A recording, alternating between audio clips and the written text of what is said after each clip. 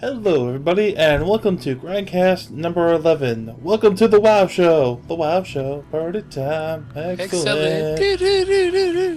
Thank you, thank It's you. all WoW because I'm here. Exactly. So, I'm joined by my fabulous crew of peeps and pimps, starting out with Beta. Hey everybody. Quad, how are you? Rank 5. Yeah, beating them Asian noobs. You'll never hit legendary, dude. You're gonna be rank 5 forever. I'm rank 5 champ. And last but not least, JC Monkey. Yes. So glad I said JC Monkey, not your real name, for the first time. Alright, so with that, we'll just get into what we've been doing the last week or two. I'll dare myself and say, what have you been up to, Beta? Oh god, figures. Nothing much, man. Just planning my trip for BlizzCon. I'm also going to PAX this year, so I think there's going to be a Blizzard booth. There usually is a Blizzard booth, so I'll probably meet some of the Blizzard CMs there too. And then I'm also playing a lot of Hearthstone and a lot of League, so nothing much has changed for me. Just just the trips, planning those out. So. Alright, that's good. Yeah, I can probably almost guarantee one way or another Blizzard's going to be there. With the Ultimate Edition, which is going to be shown at E3, which has just started this week. Just started today, this Monday. That will be a very interesting thing. And of course, try not to jump too far ahead, but I guess we'll, go into speculation. Josh Mascara has already started the ladder D3 hype / teasing already on his Twitter feed, only about I'm mad, 3-4 hours ago. I'm mad. I want my ladders. I was promised ladders at the party. Is that really pronounced like the the thing you climb? Yes. No, like the makeup? Like the makeup.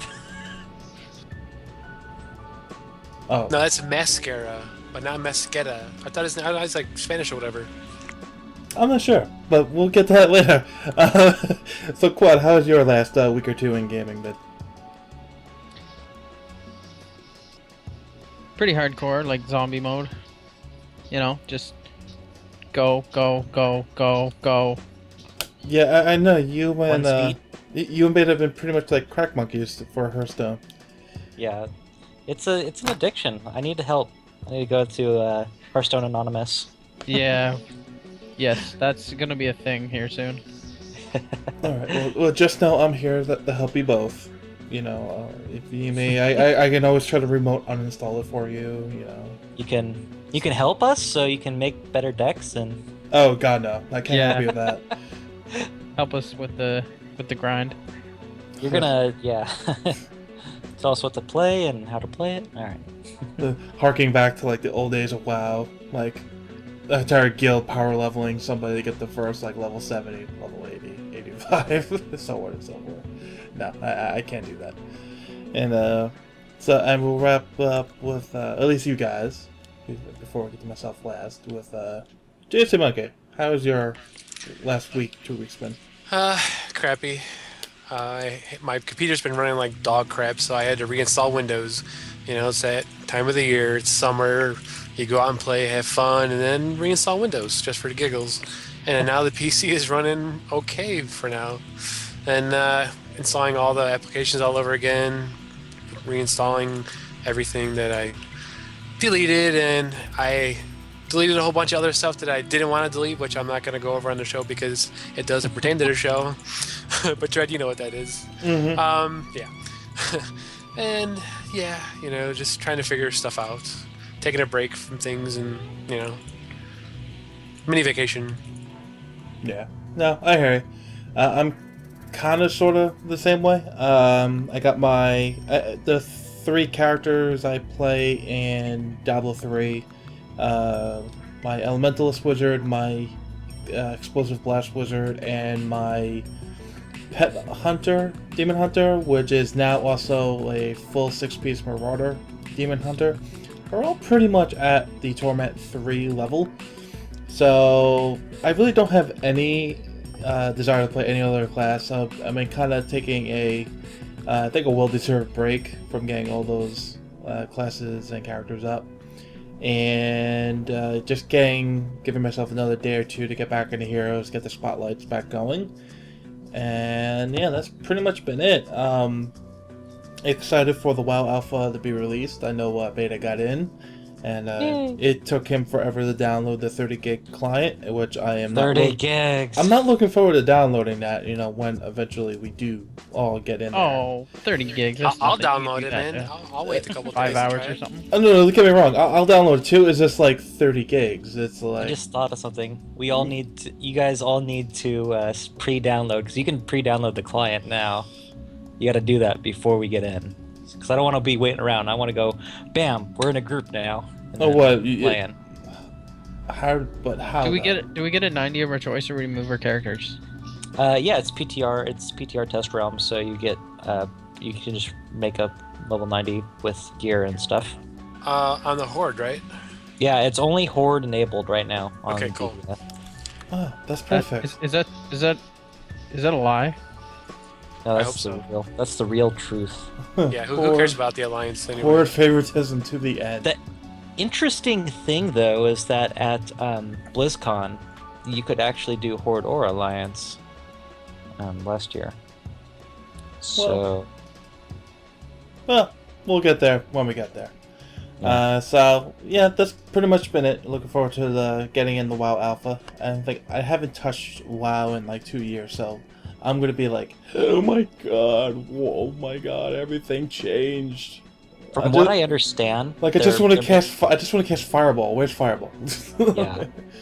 From what I understand, the thing that's holding them up is that they're trying to integrate the garrisons into like the quest line and stuff. So, but it looks like the Horde they've completed the Horde section, but they're still working on the Alliance integration. Well, that would explain a lot. All right, but we'll leave that because we're touching on too many subjects. We'll leave that for when we get to the WoW section, which has way too many topics of varying degrees. So It's got a couple. couple. Yeah, fine. All right, so let's go to starting off with Diablo 3. Diablo 3. Well, no, Dred, we didn't get to what you were up to, I thought. No, I did. I kept it short and Okay. sweet. Yeah. And then we tangented like usual. So Diablo 3, what's happening? All right. Well, I didn't put it on the list of topics, but I just wanted to make a note of it. I'm pretty sure if you've played Diablo 3 or even casually played it, the buff that was going on during the anniversary, which seems so long ago at this point, has been made permanent, at least for the legendary drop rates. I'm very happy for that. I have seen a big increase from that. And again, you know, you can argue some stuff is a placebo, but hey, it helps. So I didn't have that on topics list, but I just wanted to make that known. The community, there was a massive, it was on the forums, there's no big blog post made about it, but there was a massive sum up of various community guides and resources by varying members of either fan sites or people on the forums themselves. It's like a really big soup to nuts type deal. You can probably get too much information by going through all these things, but hey, too much information never killed anybody, unless it was like Ark of the Covenant, Indiana Jones, you know, that maybe. Felt mace, literally. And then lastly, there was a new short story in line with Morbid and a couple of others that they're doing for more character development, you know, in between the bigger books that they have been signing on and doing. And this one is called Midwick. And then I'll just touch on it in the Diablo 3 section, even though it does apply for really all the games. I just wanted to mention it just once here, that Blizzard Intimate will once again be returning to San Diego Comic-Con. Hooray! Which probably means they're going to have more special lanyards that, you know, Beta or will have to like try to smuggle to get to us. In fact, I have to figure out, I think I know where the purple epic one's, probably in the box in the closet with all the other miscellaneous stuff we got from last year's BlizzCon. Yeah, we still have to give those away. Yeah, the wonderful prize box that hasn't been opened.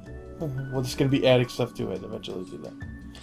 So that's all the official news for Diablo 3. Is there any insights or conversations about what we've been playing? I mean, I know Beta Quad, you've been on the Hearthstone pretty hard. Are there any comments about upcoming ladders or seasons or anything like that you want to make note of? My leaving, the day that they officially made it, so the thing was staying there for the double drops, and I just stopped logging on, is pure coincidence. I think I don't remember if it's an official post or not, but I believe they said that the ladder items that are only going to be available in ladder, you're going to be able to obtain them after the season ends. Oh yes. Well, yeah, it'll probably be just like Diablo 2 then. Because there was a post somewhere, I don't remember what it was, that was hinted that ladders are probably going to be 6 months or longer ones and not like the shorter ones, which is going to be kind of a downer because it's like, who wants to play the same game over again for a long period of time? Let's get these short races so we can compete with each other. You know what I'm saying? Leaderboards, all that other stuff. Yeah, there definitely was. I could probably pull it up and throw it on topics list.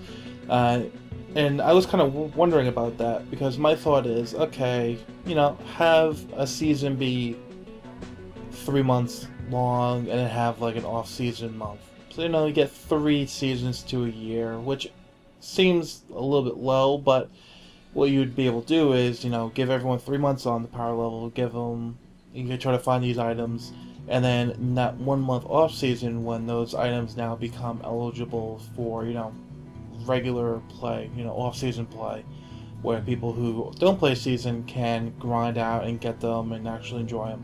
But also on the same token, people who just did a season can actually take a break from, the power leveling, the racing, and all that kind of stuff, and actually enjoy the equipment they got.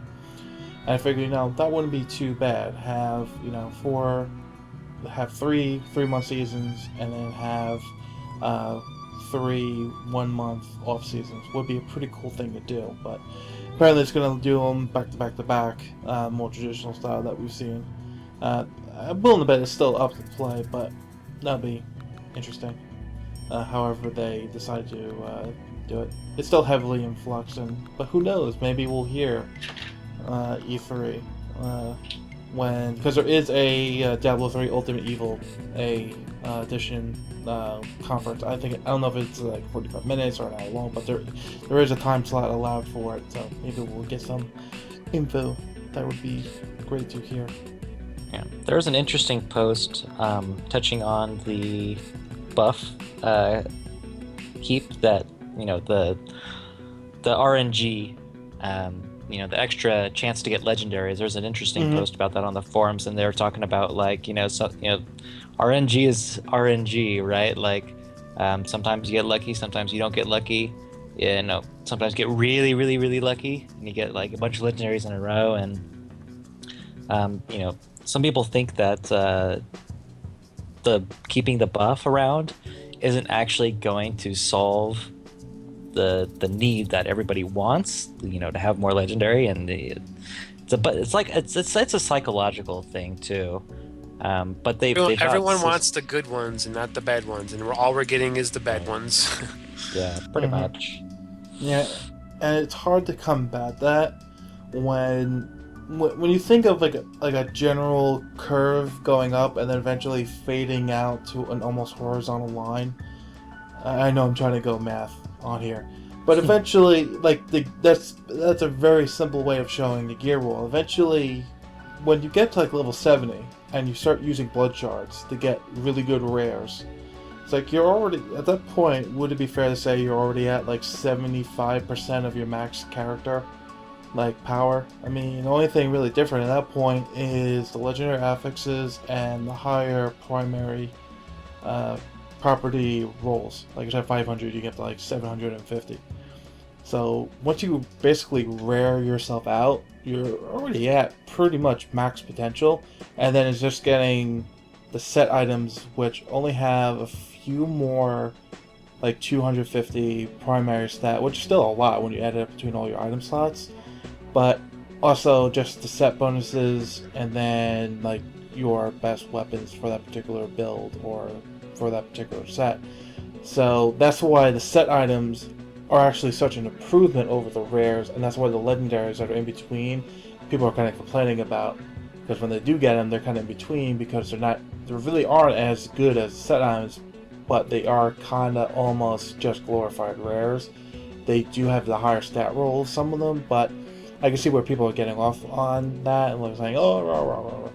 But at the end of the day, like I said, I've been playing pretty decently. And when did this come out? Like March? Like what? 3, 4, 5? We're only 3 months out, and I could never have hoped to have 3 decked out characters at this point in vanilla with the way the system was. So, I mean, I'd rather take it this way than the old way. If people are going to be complaining about RNG and Magic Find and all this other old arguments that they've been breaking up. Alright, so does anyone else have any other thoughts? Well, if you look at the way RNG works, Dread, 50% of the people automatically are going to have crappy drop rates. So you're probably just above the 50 percentile there. And I'm proud to be there. So to all those other people who are in the lower 50%, who are not getting the good drop rates, and don't even have 1 character, let alone 3, they probably have a lot more Rings of Grandeurs than you, Dread. I'm just saying. Oh no, they probably do. I mean, oh yeah. I guess I should. Should we get into this conspiracy theory that some people get like thousands of Rings of Grandeurs, but they don't get anything else, and other people get everything else, but don't get anything for Rings of Grandeur drops? Should we? Oh, Do we want to go there with that? Well, we don't have to because we don't want to make this like so long. But no, there definitely can seem to be that way between your friends and everything. I mean, when I went for my first Ring of Grandeur and it took like nearly 1,500 bounties to do, I had a lot of support. Like a lot of people in the Shadow Soul Stone clan, Ian, Hulk, Cyber, Ninepad, I think even helped out in the very beginning. You did. Quad helped out a little bit, and there's probably more people I'm forgetting that would just help me pump these things out on normal day in day out for like 2 to 3 weeks, along with my own doings. And it just seemed like a nightmare, especially when everyone who's partying with you, just helping me out, just trying to get one, they were all getting one. It's like I had like the unlucky horseshoe up my butt, but that was causing everyone else to get lucky and get theirs, which I didn't mind because I knew eventually everyone was going to need one of these things, so I was happy for them because they got something out of it.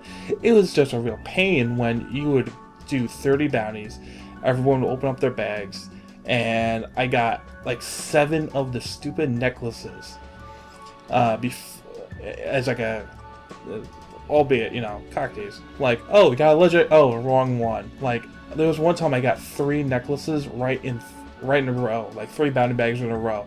I was like, ugh.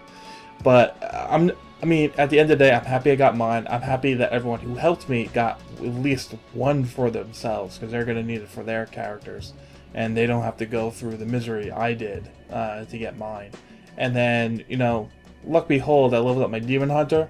No more than 30 Act 1, no more than doing 30 bags, I got a Dex 1 for my Demon Hunter.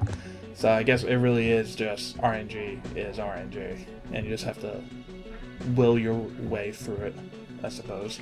Yeah. It kind of sucks that ring is so valuable and so important to have before you get into the higher torment levels. It's kind of like a requirement, per se. Yeah, absolutely it is. Yeah, it is. I got stopped at like Torment 3. But, with the double increased drop in legendaries, and they specifically increased the legendaries chance rate out of caches, I mean, it's much easier to get it now than it, ever what really was, so. Yeah. Like, I still think about what I was thinking at the time when I was all BFP'd and I didn't have one. Like, they should just make it a world drop, and the cash bag should just have an increased rate to drop legendaries on a whole. It's like all these ideas, and then once you get one, it's like, oh, relief, you have one. But I don't know. I still feel it's a little. If I can get away with saying it, a little like WoW token gearish in a way, because you can only get these things through the bags, through doing the bounties. It seems very, orchestrated gear, like too much gear targeting, versus like the not enough like boss runs. It feels like it's actually too much of that without anything else in the game. But we can talk about that another time. So, with that, let's move over to Heroes of the Storm. Yay, heroes! Yay.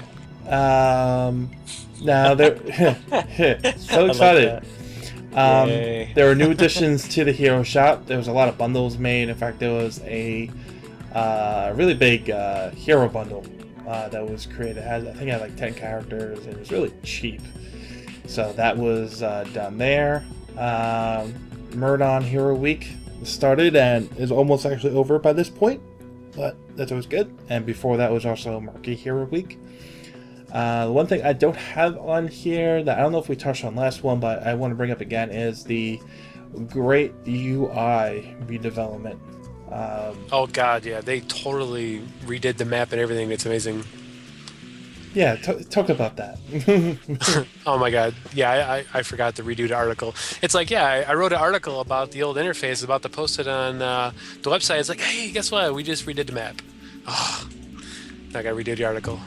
Yeah, they pretty much redid everything. Yeah, for the better though. I like it. Yeah, I would definitely say it's for the better.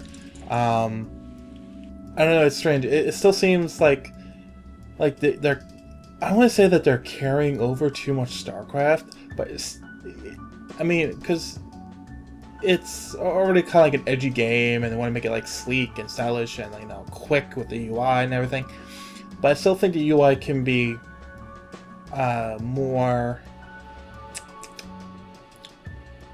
made, I guess, more clean, and because.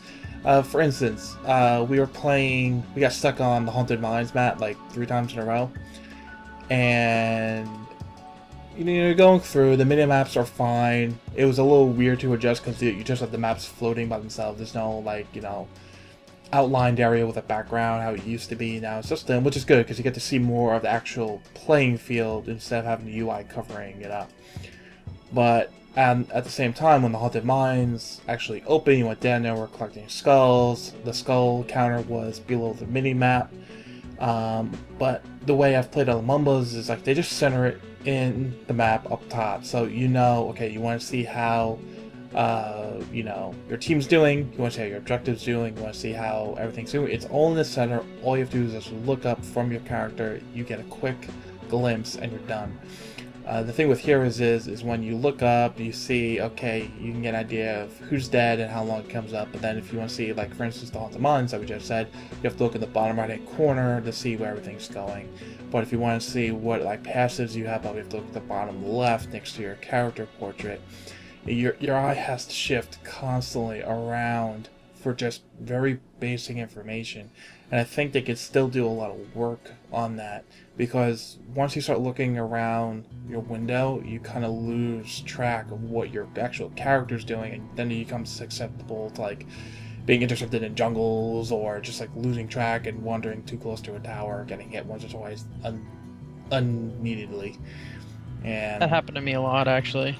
yeah, just centralizing stuff. I know they're trying to break it out and not make it too compacting stuff over itself, but I mean, if there's anyone that can do it, it's them. I know they still have a lot of time to get it right, and I think they're headed in that direction. It definitely is much sleeker. But again, when the grave golems come up, you have like these 2 bars that fill up to 100% over the mini-map. It's like, again, you have to pull yourself away to the right-hand side to see where your golems are at, and then go back to the center, and by then you could already be attacked.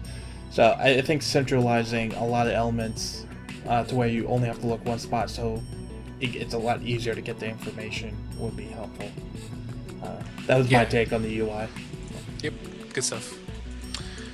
One thing I wanted to add to Heroes of the Storm, a lot of complaints I've been hearing from a lot of people is they want the ability to rebind the keys. It's just for some people it just doesn't work. So if they can do that, just give it to people, and that'll be great. Yeah, I do know they said that we're gonna give that to people. It was just gonna be something later on in development. I mean, it's a pretty standard thing. They know it's a pretty standard thing. I mean, it's a standard thing in all games at this point. I just think they were waiting until they got that in development, but they really should get that sooner than later, just so people can actually properly test the game. Because Quad, it seems like you have issues with not being able to do that. Yeah, that's a big deal to me. Yeah. Anything you want to add, Beta? I think you're muted right now. Yeah, oops. I actually haven't had a chance to check out the new UI, but it looked like they had a bunch of new skins as well as the bundles that you were talking about. So. I think it's World War III Raynor. Sergeant Hammer, and I think I forgot what the name of. Yeah, let's look it up instead of sounding like a complete imbecile doing this whole thing. You always sound like an imbecile. Yeah. I knew someone was going to come up with a smart alecky comment for that. I was going to say something, but like, you know what? Somebody's going to. So Somebody else is going to. They're right. Leave it to Beta, you know? Yeah. Alright, well, I can't necessarily find it that quick. I don't want to, wait forever to do this. Yeah, that's okay. Alright, but yeah, you're right. They did add new skins. They're always going to be adding new skins, especially from what we heard at BlizzCon and from every Q&A and everything involved in this game. Like the art team is kind of driving the character development. Like the art team is basically essentially let loose in this game, and whatever they come up with, it's like, sure, let's see what it looks like. And probably more than not, it just winds up in the game, just for curiosity's sake. So which is a good thing. I mean, art driving a game is not such a bad thing as long as it's done very well. Right. All right. So, any other thoughts on Heroes before we move on? No, just said it's going good. Yeah, good stuff. All right. We'll move on to Starcraft 2. Now, it seems like Starcraft 2, as we say almost every time on the Grindcast, is pretty much just the tournament scene updates, as well as the small bug fixes, the balances, and a lot of the fun stuff. So, with that, the first news one is the patch 2.1.2 update. Just a small list of, seems like just issues more than anything else with like the UI, like chat issues, new messages, and friend list corrections. Nothing really as far as like a big balance patch to the game. And then we have the ECL Fantasy Starcraft 2. The World Championship Series, WCS, has a fantasy league.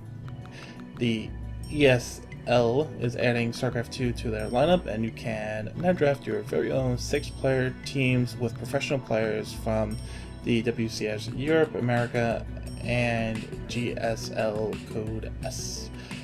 Your unique team will go toe-to-toe until only one remains and declared WGS Global Fantasy Champion. So essentially they're bringing Fantasy League to StarCraft 2 at this point. You'll pick your favorite players, teams, etc., and you'll put it in a bracket just like fantasy football. Yay! So you can click on the news announcement that we have on the list, and you'll take it there, and you can start doing that right now. Other than that, as I say personally every time this BlizzCon, especially since we're going to be there, I want to see Legacy of the Void. I don't care. Make it happen, Blizzard. Like, this has to be a Legacy of the Void year. Like, no matter what. It has to. I say it not because I want it. I say it because it has to be announced now, so they have their 2 years of development time to get it out to us. Otherwise, this is going to be like a sad year, because it's going to be like, even if they announce it like this time next year or earlier, it's going to be like November of 2018 before we get it. And everyone knows it. Like, whether Blizzard wants to admit it or not. It's going to be really annoying.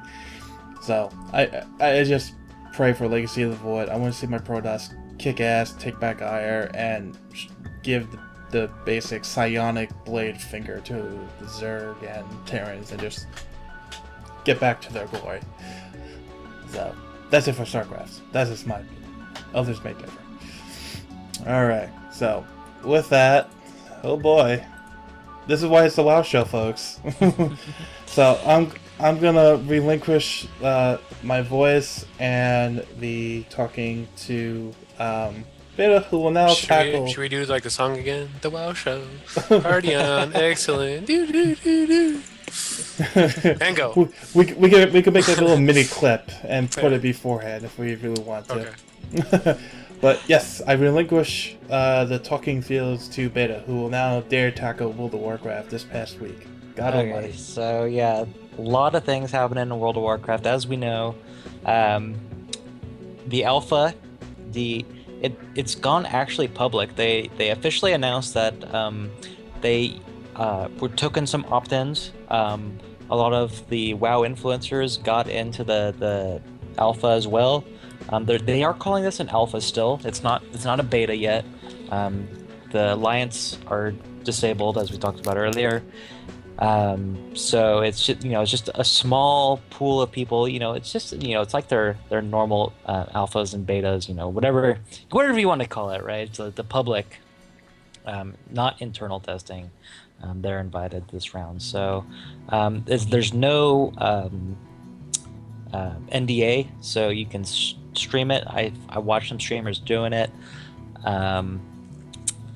and yeah, it's pretty fun. There's a lot of changes. Probably one of the bigger changes is that they scaled most of the numbers down.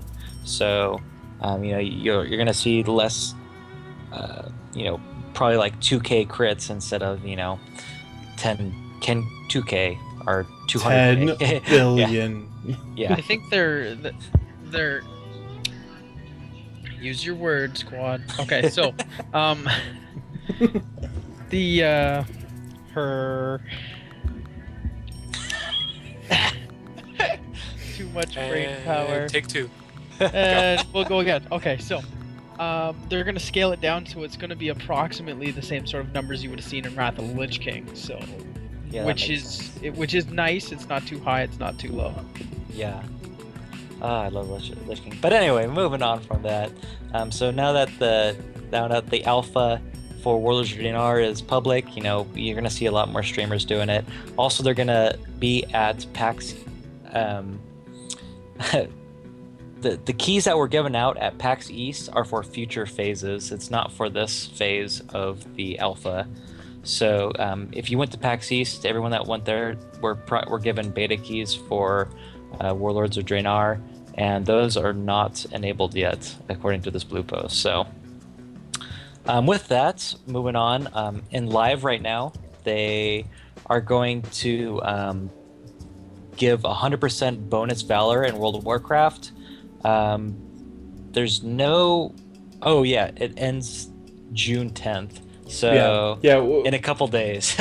Well, it's actually tomorrow. Look, Yeah. yes, from our original scheduling date for GrindExp, it would have been a couple of days, but no, it's tomorrow. So, sorry if you're relying on us for the news, but yeah, it ends tomorrow. But I hope all of you made the best of it. Yeah. Now, a big thing that's coming in with Warlords of Draenor, probably actually the biggest overhaul of World of Warcraft, is the garrison incorporation. And now we talked a little bit about, this is all skeptical, but apparently the Alliance garrisons aren't fully integrated into the questline, and it's not just max level questline either. They're trying to make it so as you level up to level 100, these garrisons are going to be by your side. You're gonna, get new things to put in them, new NPCs, new building parts.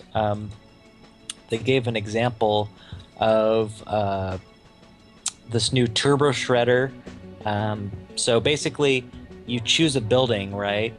And you got two choices, and then the choices you make are gonna be reflected into the type of garrisons that you build. So if you choose the shredder, your garrison's gonna start building into like a lumber mill kind of place, or you can choose like this ogre, and it's gonna be more of a stony, ogre-y kind of feel to it. You know what I'm saying? So.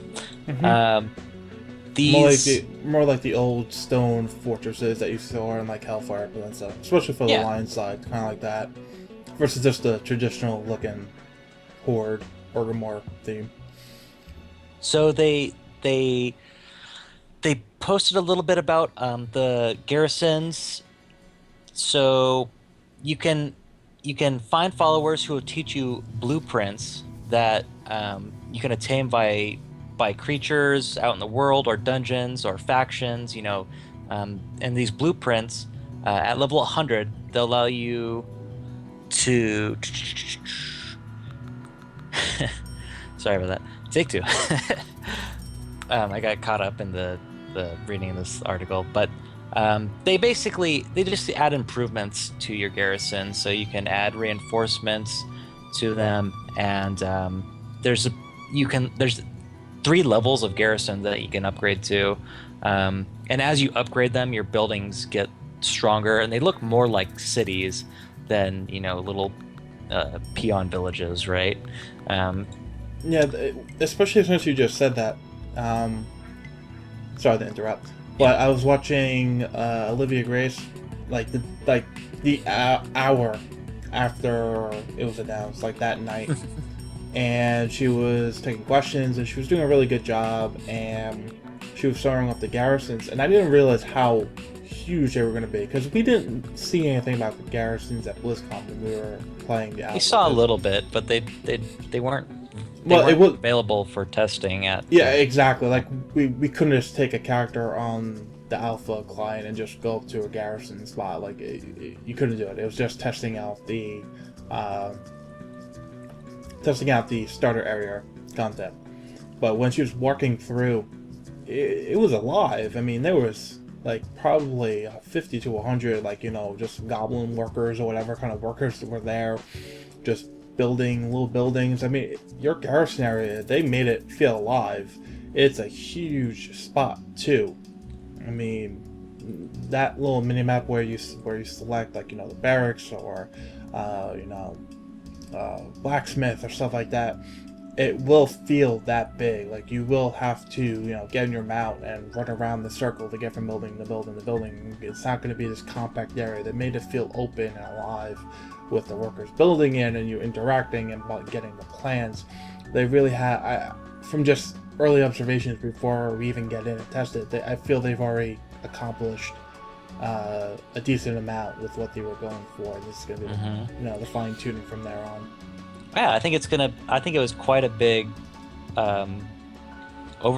big task for them to take, especially just for an expansion. This is obviously something that they've been working on for a while now. They've had a year to kind of flesh out some bugs, and as the alpha goes on, they're taking back feedback, so they expect them to change as well. Don't take anything you see on streams as that's how it's going to be live, because that's totally not how it's going to be. I guarantee there's going to be a bunch of things that change. So that's just how it is in alphas and betas. But moving on from the garrison, so the garrison, it's a big thing. This is just their first preview. They're gonna have more previews for them as time goes on. This is just part 1. A couple more weeks, and I'm sure we're gonna get another preview here pretty soon.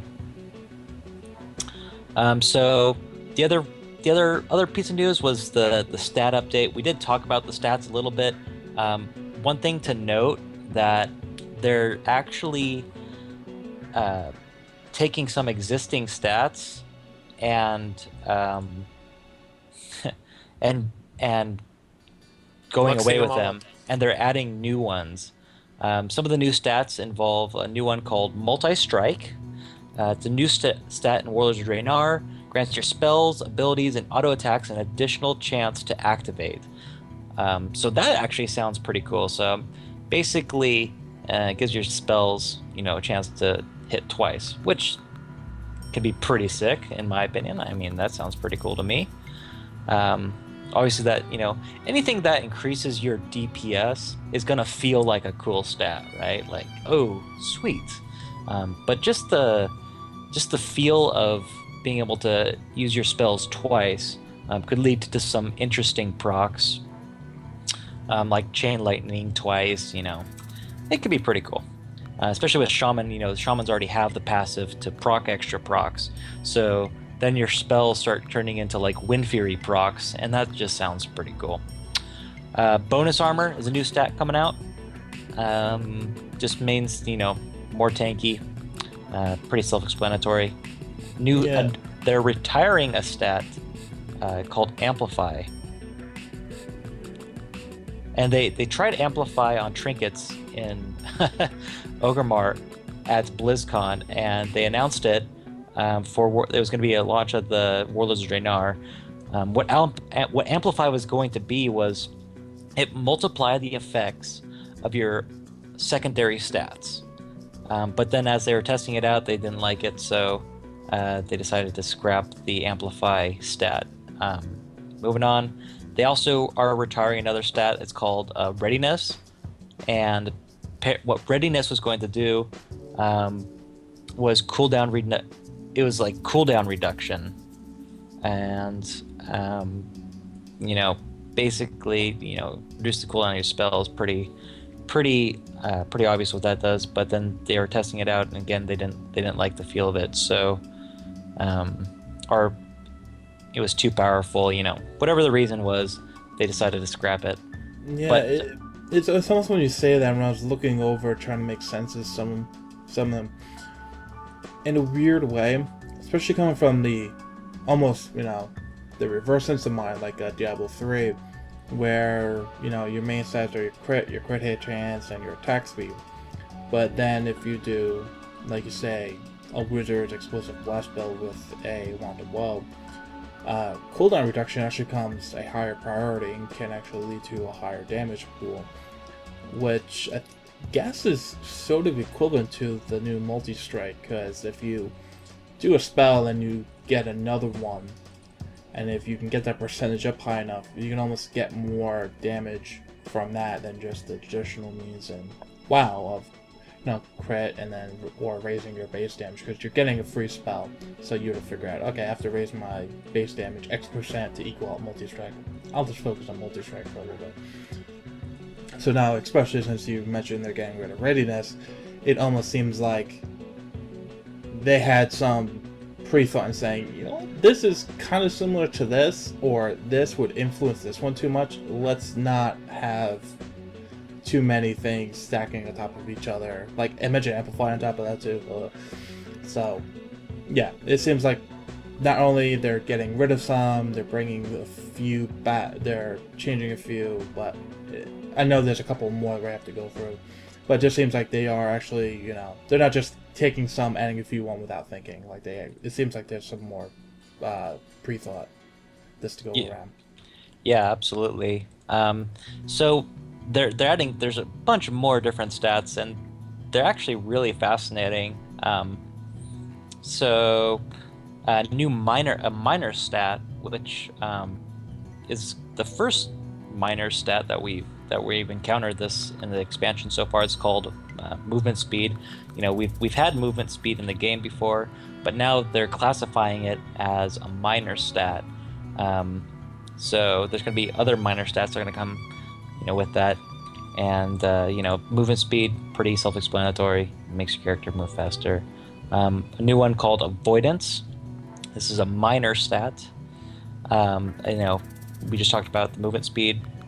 This one is also a minor stat that goes along with it, and it reduces the damage you take from AoE effects, and so it's gonna be pretty useful for PvP. Obviously, that's gonna be pretty good, and then raiding.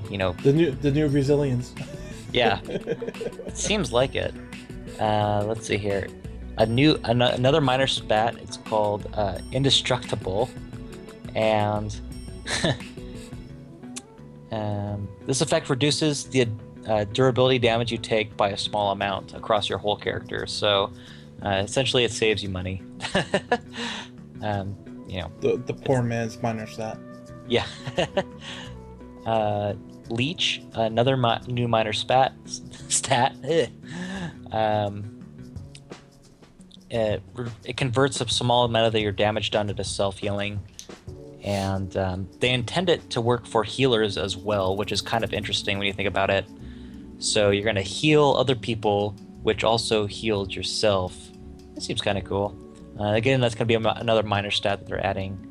And there's one that's still up in the air right now. It's called Cleave, and they're not sure if they want to do with it, but essentially what this does, it adds extra DPS to your main target that you're hitting. So that's going to work with spells and attacks, obviously. So a lot of interesting things, a bunch of new stats that we're going to see in this expansion. Should be pretty fascinating to see. To me, as like a hardcore raider, all that you care about really is damage. So I'd really like there to be different ways to do your damage rotation, and I think we're going to see a lot, especially with stats like Cleave, movement speed being a little bit more important, multi-strike being multi-cast on your spells. It's going to be interesting to figure out these new, you can't just go on elitist jerks and just like look up your best build, because your best build is going to be based on the encounter of that fight. So it should be pretty interesting to see how this affects rating in the next expansion, for sure. Okay. I have to add, I miss those days. Go on the forums, be like, with just going, all right, arcane, this is what I do, this is why, this is the breakdown, damage per point of this. I'm set. Within like 2 hours, I know exactly what to do, and I know exactly how to upgrade myself. So, but no, I miss those days. Mm-hmm. There's definitely going to be a generic guideline for people to use. So those websites are still going to be around and popular, obviously, but to get real DPS, you'll have a little more freedom, I guess. Right. To get the actual like max potential out of your boss encounters, you're going to want to change your items around for the fights. You're probably going to want different sets of gear, honestly. Like for some fights, you're going to want a bunch of Cleave. Some fights you won't need any Cleave because you're just going to be doing single target damage. So I expect that there is the itemization in the game right now, so you can make different sets of gear and put them in your bank or have them in your bags or whatnot. But should be pretty darn interesting. Moving on to that, we've got the the character viewer for online on their website has been updated to include the new gnomes and Tarn looks. I played around with I was making new characters and stuff, and I was looking at the gnomes and Tarns, and they look good, man. They feel good. I think they just did a great job with those. So I'm excited to see the other models. I'm ready for them to complete them and release those. Here. We've got the first alpha, the public alpha patch notes.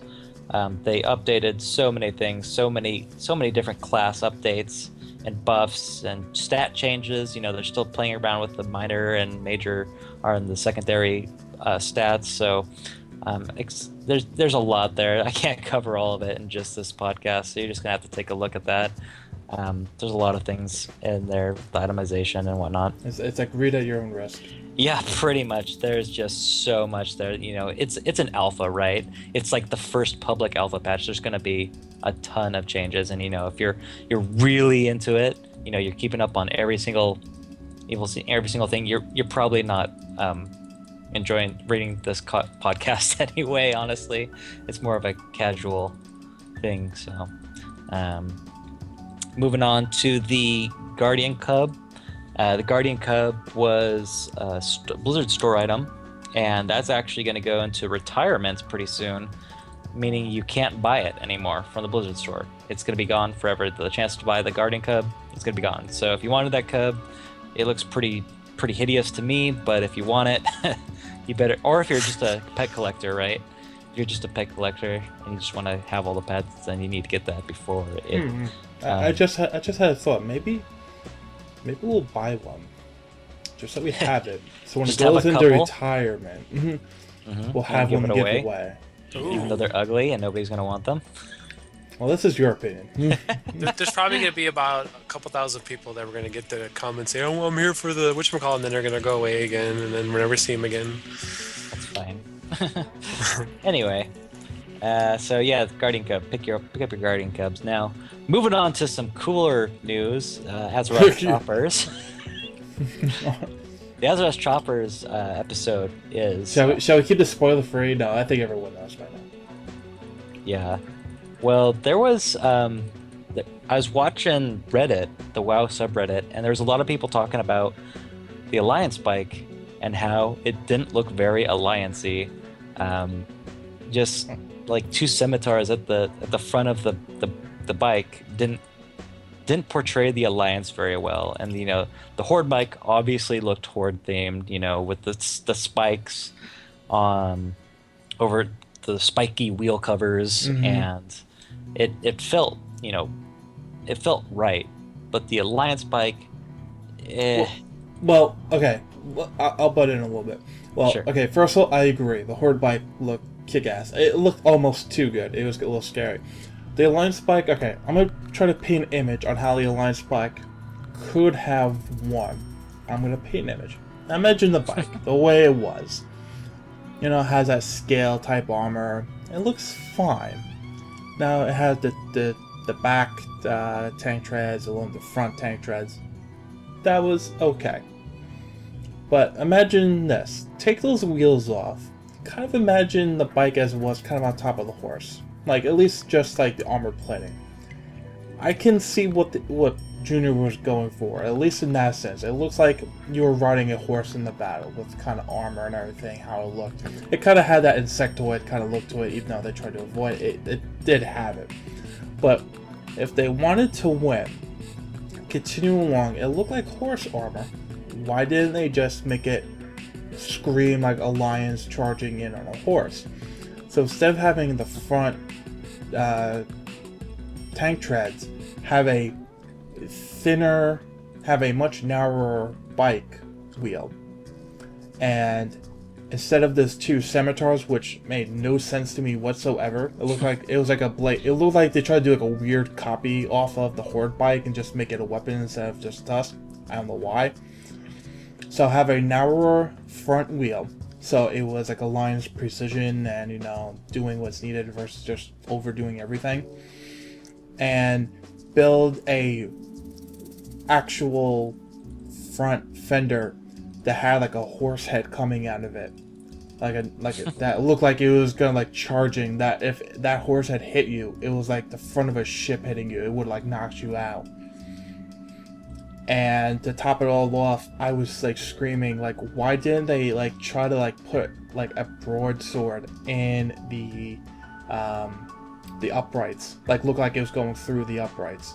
So you were charging the battle, and as you were getting off the bike, like you almost looked like you could like take that sword and kind of pull it out of the uprights, and you were in battle. I feel that if they had done something more like that, the Alliance bike would have been a lot more unique, and it probably would have had a better chance at beating the Horde bike.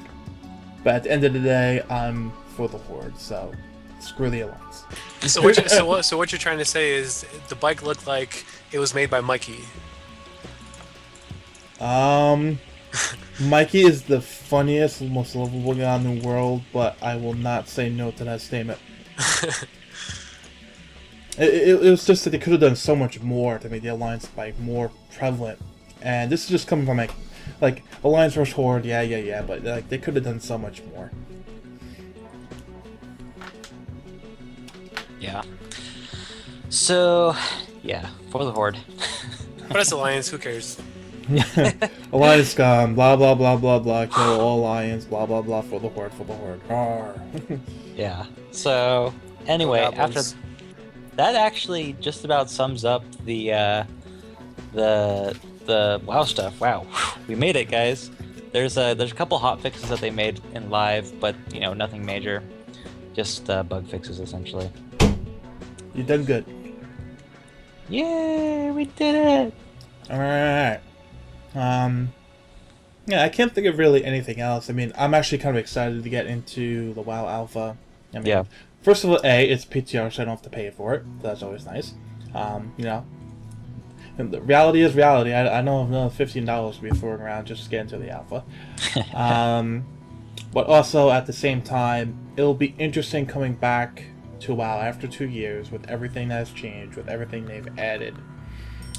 But also not being overwhelmed immediately off the bat with like I must be doing like 55k damage, like white damage. Like no, like 1,000 is okay. Like much more manageable numbers. Yeah. Yeah, so that just about wraps up the WoW section. Hearthstone?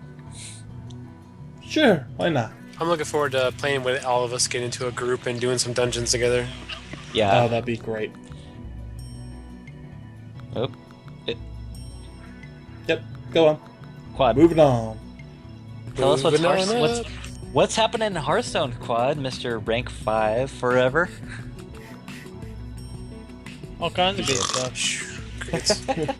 All kinds of good stuff. The meta is so drunk. It's all miracle rogues and druids. No, but let's see here. So there's a bunch of tournaments going on right now, specifically in America and Europe, trying to get slots to fight at BlizzCon. It's usually the top top finalists in these tournaments are going to be eligible to fight at BlizzCon for an actually decent sized prize pool. I can't remember at the top of my head though. 100,000 first place, Yeah. 250,000 total pool. Yeah, and remember last year at BlizzCon, there was no prize pool for Hearthstone, but now that it's gained so much attention and popularity, especially in Japan and China, the foreign countries, they're picking this up because we all know Japan, they love their handheld games. So when you can make a game that's not only free, but well done and, available to the masses. And portable.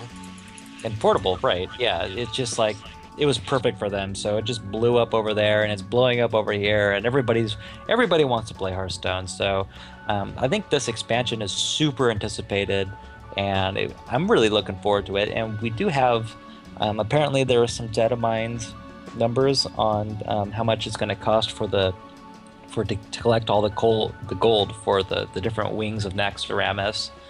Apparently it's going to be around 5k gold to complete all of them. So better start saving now, and hopefully by the time it launches, if you complete your dailies every day, you should be fine.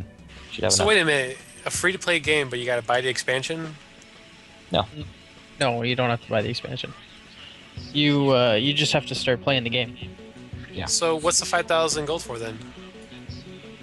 The 5,000 gold is to enter the dungeon and do stuff. Okay. Yep. We've got the new season.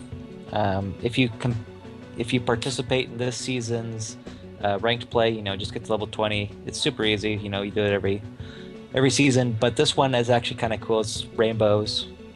So if you like rainbows, you want the cool rainbow back, you just get to level rank 20. It's super simple. It's really And- not cool. It is cool. No, it's cool. But there's something interesting with this season and the cardbacks. This is the last cardback that we knew of from BlizzCon, because we knew about the temple, the Black Temple one. We knew about the red cardback and the Fireside Gathering one. Now the Rainbow one. This is the last cardback. This is the last one that we knew of. So next season, we don't know what the cardback is going to look like. We have to wait for either data miners to get to it or for them to reveal it to us. See, I think no, that's not true. I think they data mined 6 different card backs, if I remember correctly. No, they were shown to us over the Hearthstone Facebook. There was a big picture with all the That's right. cards, That's right. and only 2 of them, either 2 or 3, I forget at the moment, were labeled with their purpose, and the other, again, 2 or 3 were labeled as either promotional or promotional rewards or something like that. Okay. So we know what they were used for. So it's going to get interesting with the cardbacks is how they're going to pump them out and what they're going to look like and what they're going to represent.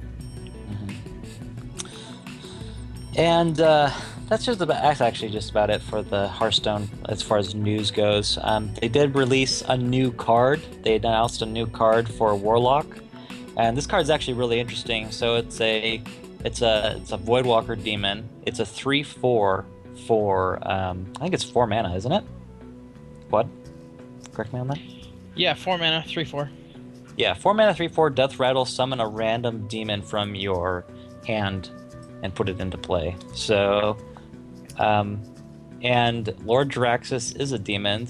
Now, it comes into play as a 3/15 creature.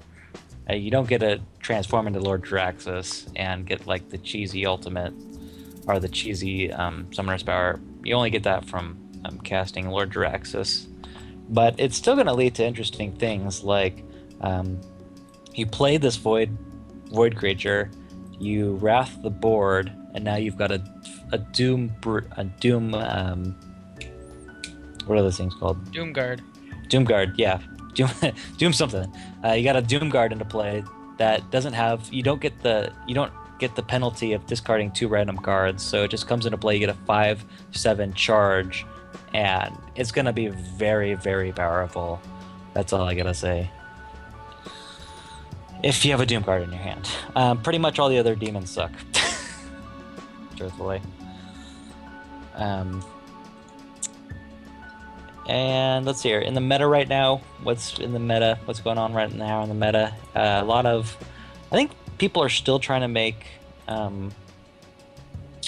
Miracle Rogues work, but people are learning to counter it better, either using wild pyromancers and a couple of AoE spells to take care of it, or there's everybody a lot kind of of fail Miracle Rogues up in the higher ranks, like 10 and 15, but there's a lot of Miracle after rank 5. If you watch like Trump's stream, for example, you'll see half the games are Miracle Rogues, half the people you bump into that are legendary rank are playing Miracle Rogues. Or Zoo. Yeah, I see a lot of Zoo too.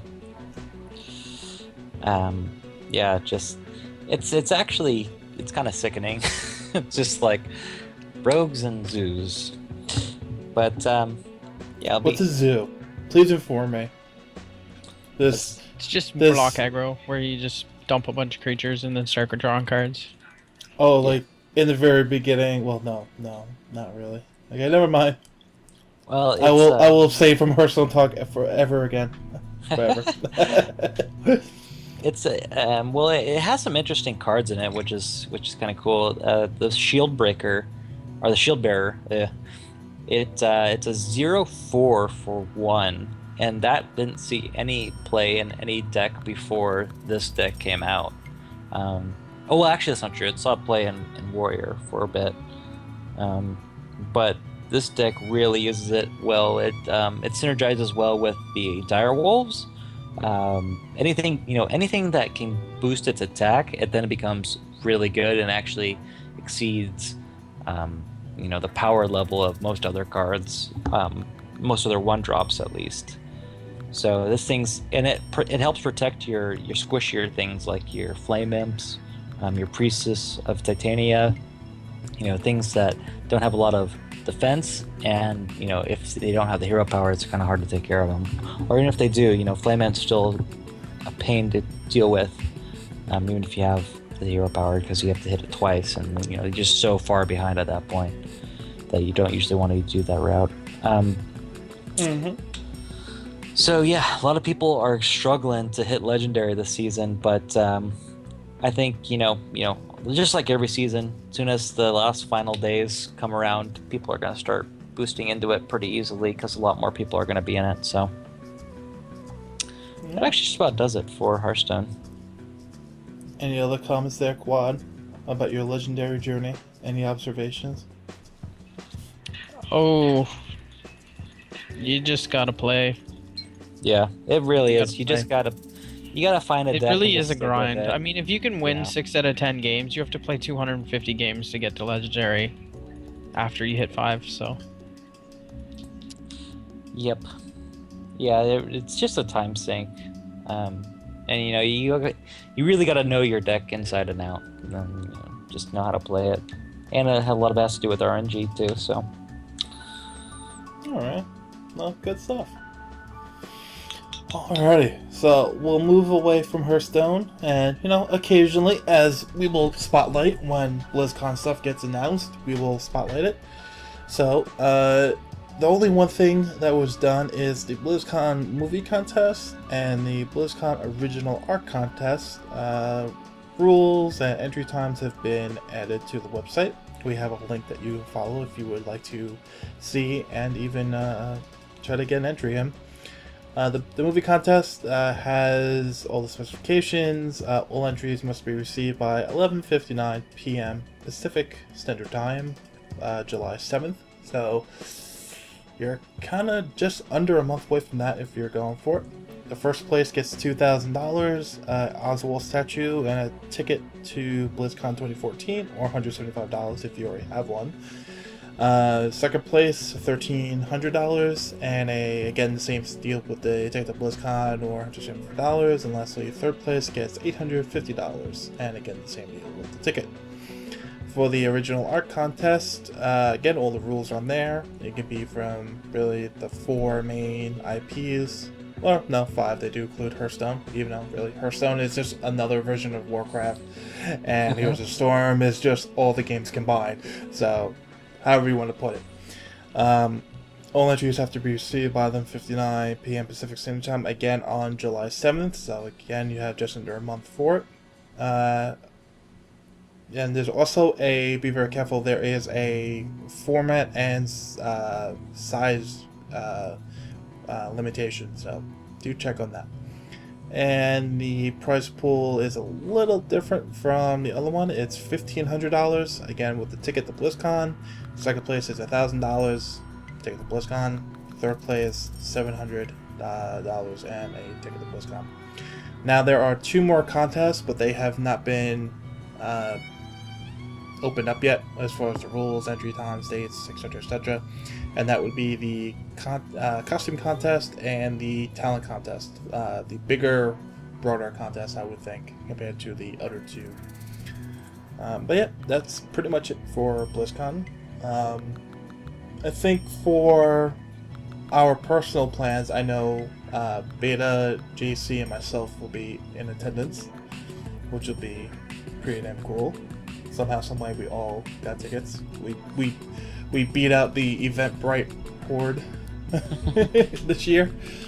Thank you, JC. No problemo. Remember, quote this timestamp when we get down there that I owe you a drink or something, or rather, when we meet. Or something.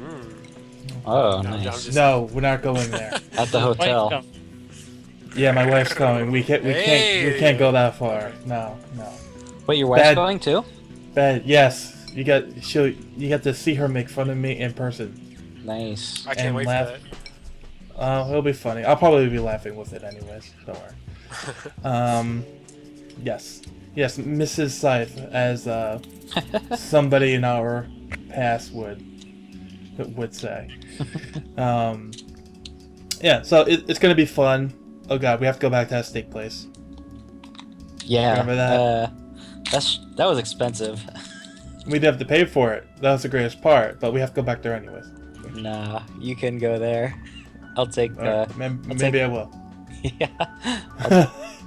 What was that? We had something really tasty that was just one of those vendor machines that was right outside BlizzCon. That was pretty good. Like the one of 10 food trucks that were always out there during lunch and dinner time? Yeah. Yeah. Just hope we get those press badges, Like, oh, we want our badge. Oh, cut the 5-hour line. Yeah. And then the 2.5-hour line that's downstairs that no one sees until it's all too late. Oh, jeez. Apparently, when line dread, apparently somebody else was in line and it didn't actually take too long. It took them like 45 minutes or something. Yeah, well, they are quick about it, and everything is like barcode scan. Okay, verify. Okay, good. Here's your shit. Now go. There's like 50,000 people more behind you. Yeah, essentially. Yeah. So yeah, with that, 3 of the 4 of us will be in attendance. We'll probably give like a too bad, so sad package to quad one way or another with the live stream, so he can at least watch it and feel that he's there with us in spirit. And our fourth musketeer is there in spirit watching the live streams. Yep. And yeah, we'll have fun. We'll organize stuff. Maybe we'll organize a contest this time. See how busy we get, or see how busy the games get.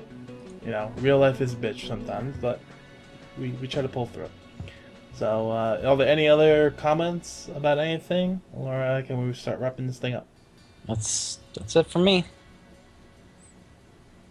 Yeah, it's been a slow week for me too. Messing around with the computer and stuff, getting everything back. So, Alrighty. So, thank you for listening to Grindcast number 11, the WoW show. Party time, excellent. You can catch this and past episodes at our YouTube channel. Just search for GrindExp. You can also see other past shows as well as Siphon Shield, our Diablo 3 interview and discussion series on grindexp.com, and we may have a new show launching soon about Hearthstone.